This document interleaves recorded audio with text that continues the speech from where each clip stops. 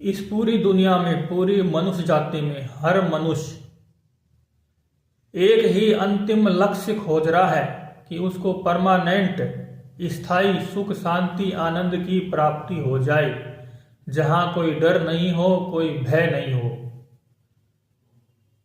पक्का सुख शांति आनंद का स्थिर माहौल मिल जाए।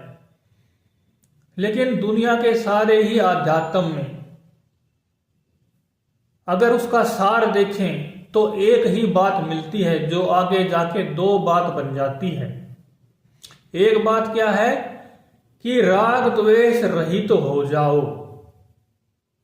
पुरानी भाषा में जिसको राग द्वेष रहित कहते थे, फिर बाद में उसको साक्षी कहने लगे, अवलोकन, ऑब्जर्वेशन इत्यादि शब्द चल पड़े।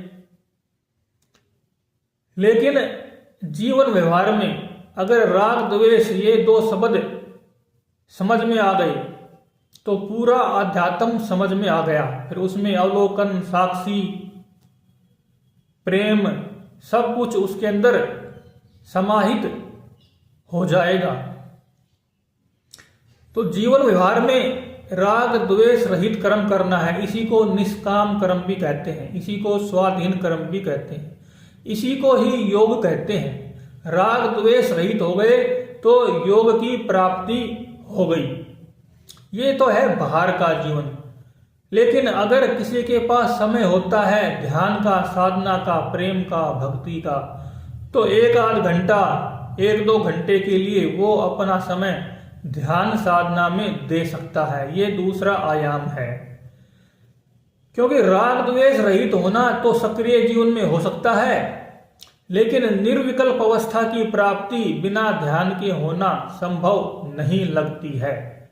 ध्यान में चाहे भक्ति मार्गी ध्यान हो, चाहे ज्ञान मार्गी ध्यान हो।